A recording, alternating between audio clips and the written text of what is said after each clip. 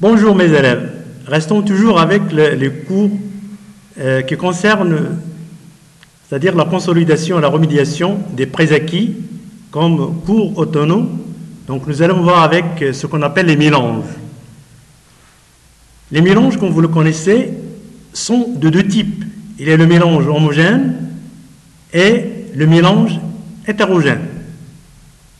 On dit qu'un mélange est homogène si ses constituants sont visibles à l'œil nu. Ça veut dire quoi? Ça veut dire que les constituants d'un tel mélange homogène ne sont pas visibles à l'œil nu, on ne les voit pas. Je vous donne un exemple. Il y a l'eau de robinet que vous buvez, il y a aussi le sang, le lait par exemple, etc. Mais on peut trouver aussi un mélange homogène comme l'air. Donc l'air est un mélange homogène. Ces constituants sont le dioxygène O2 qui constitue 21% et le nitrogène N2 qui constitue en fait 78%. Et finalement, il y a la vapeur d'eau, le CO2 qui constitue le reste, c'est-à-dire 1%. Passons au mélange hétérogène. Donc le mélange hétérogène, lui aussi, cette fois-ci, si au moins deux de ses constituants sont visibles, à l'œil nu bien sûr. Exemple, il y a, si vous rassemblez l'eau avec le sable, on obtient un mélange hétérogène, c'est-à-dire il est visible à l'œil nu. Il y a aussi l'eau et le pétrole. Donc, si vous mélangez l'eau et le pétrole, le mélange devient hétérogène. Alors, si deux liquides sont miscibles, quand est-ce que deux liquides sont miscibles? Donc, deux liquides sont miscibles s'ils constituent un mélange homogène. C'est-à-dire, si on mélange deux liquides, et on obtient un mélange homogène, par exemple l'eau et le vinaigre. Donc, on dit que ces deux liquides sont miscibles.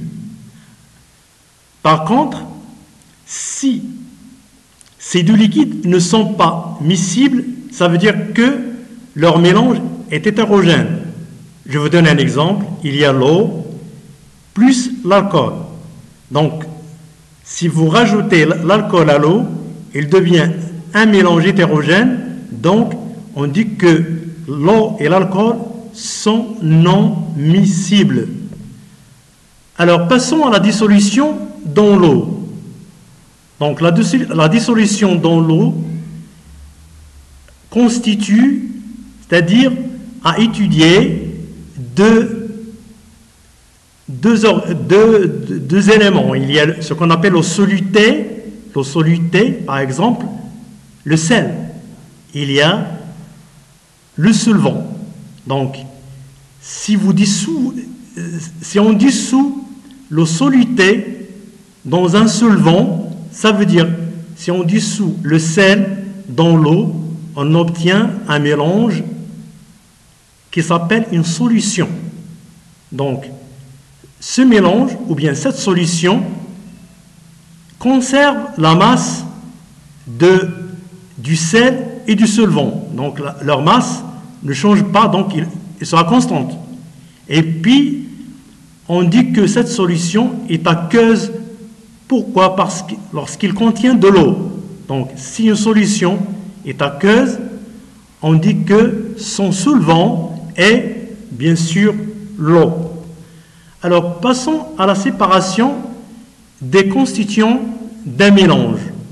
Donc, si on veut séparer les constituants d'un mélange, on doit faire des opérations telles que il y a la décontation, la filtration et la distillation.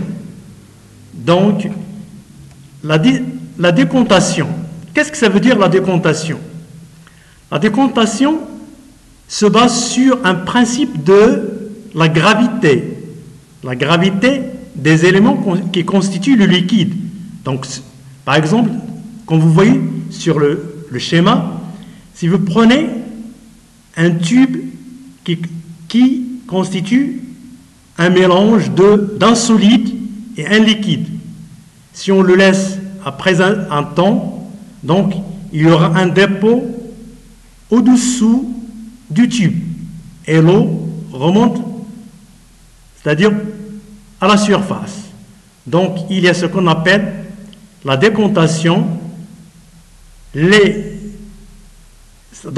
organes de plus gros poids donc, vont se déposer au fond grâce à ce qu'on appelle la sédimentation. Donc, on l'appelle la décontation. Voilà. Passons à la filtration. Pour séparer les mélanges, on fait encore ce qu'on appelle la filtration.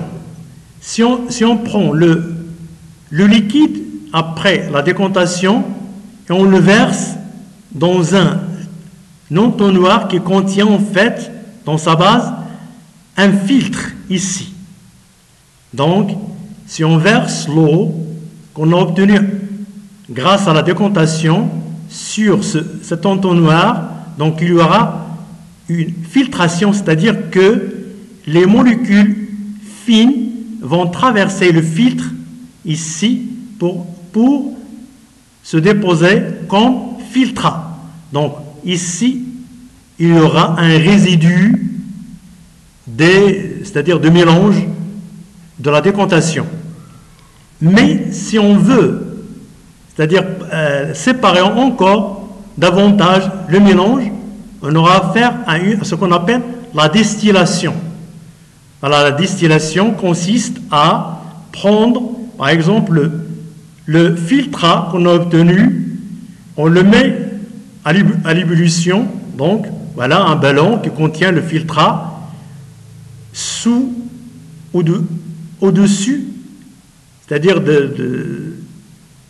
du butane, donc on le chauffe à une très grande température, donc il y aura passage des gouttelettes d'eau, les gaz qui circulent sur le tube, arrivant à ce qu'on appelle le réfrigérant, ici il est, qui reçoit l'eau pour refroidir ce tube-là, voilà, l'eau rentre d'ici et sort par là, donc il refroidit le gaz qui traverse le tube à essai, voilà, et puis il y a transformation du gaz en gouttelettes d'eau, donc on aura ici ce qu'on appelle un distillat, donc finalement on a distillé l'eau pure, ici c'est l'eau pure, voilà, en ce qui concerne la filtration, la décontation et la distillation, et de ce fait, c'est-à-dire la séparation des mélanges.